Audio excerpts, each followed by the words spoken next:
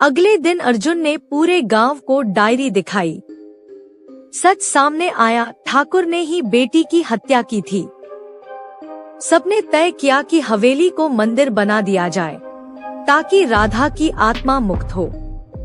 गांव में हवेली को मंदिर बना दिया गया, मगर रात को अब भी अजीब आवाजें आती हैं। लोग कहते हैं कि हवेली में अब राधा की नहीं, अर्जुन की चीखें गूंजती हैं। बरखेड़ा गांव में उस दिन के बाद कोई भी रात को हवेली के पास नहीं जाता था। मंदिर बनने के बाद भी वहां अजीब घटनाएं होती। कभी कोई औरत की परछाई दिख जाती, तो कभी लालटेन अपने आप जल उठती। सबको लगता था कि राधा की आत्मा अब भी वही है, मगर सच्चाई किसी को नहीं पता थी। 5 साल बीत गए।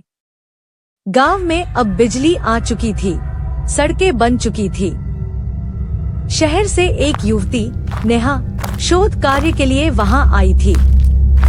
उसका विषय था भारतीय ग्रामीण अंधविश्वास और भूत कथाएं। गांव वाले पहले तो उससे बात करने से डरते थे, पर जब उसने बताया कि वह सबूतों के आधार पर सच्चाई खोजना चाहती है, तो सब मान गए। एक दिन उसने हवेली का नाम सुना और कहानी जानी, राधा, ठाकुर और अर्जुन की रहस्यमयी मौत। नेहा के मन में जिज्ञासा जगी, कहीं अर्जुन जिंदा तो नहीं? नेहा रात में अकेली हवेली की ओर चली। चांदनी रात थी, हवा में पुरानी गंध थी। जैसे ही उसने हवेली का दरवाजा खोला, अजीब ठंडक उस पर छा गई। अंदर दीवारों पर नए निशान थे, जैसे किसी ने हाल ही में लिखा हो। दीवार पर कोयले से लिखा था। नेहा डर गई, लेकिन साहस जुटाकर अंदर बढ़ी। हॉल के कोने में टूटी लालटेन रखी थी, उसी में अब भी हल्की लौ जल रही थी। तभी उसे पीछे से आवाज आई, तुम्हें यहाँ नहीं आना चाहिए था। वह पलटी। एक आदमी खड़ा था, चेहरे पर दाढ़ी, आंखों में गहराई। नेहा बोली, तुम कौन हो? वह धीरे से बोला, मैं अर्जुन हूँ। नेहा स्तब्ध रह गई। पर सब तो कहते हैं तुम मर गए थे।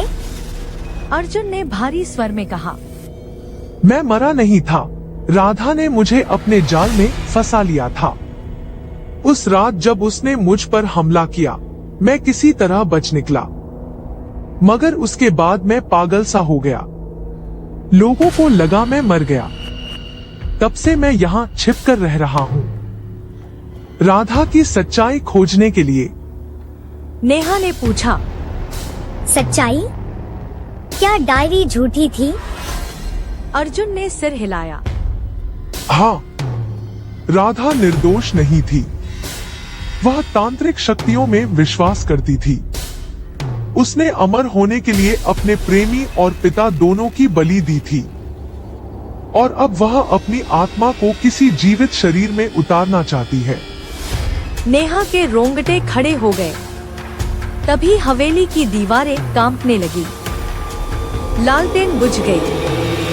हवा में आवाज गूंजी, अर्जुन, तू मुझे रोक नहीं पाएगा।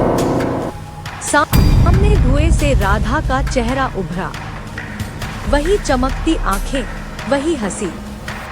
उसने नेहा की ओर हाथ बढ़ाया। मुझे नया शरीर मिल गया है। नेहा चीख उठी।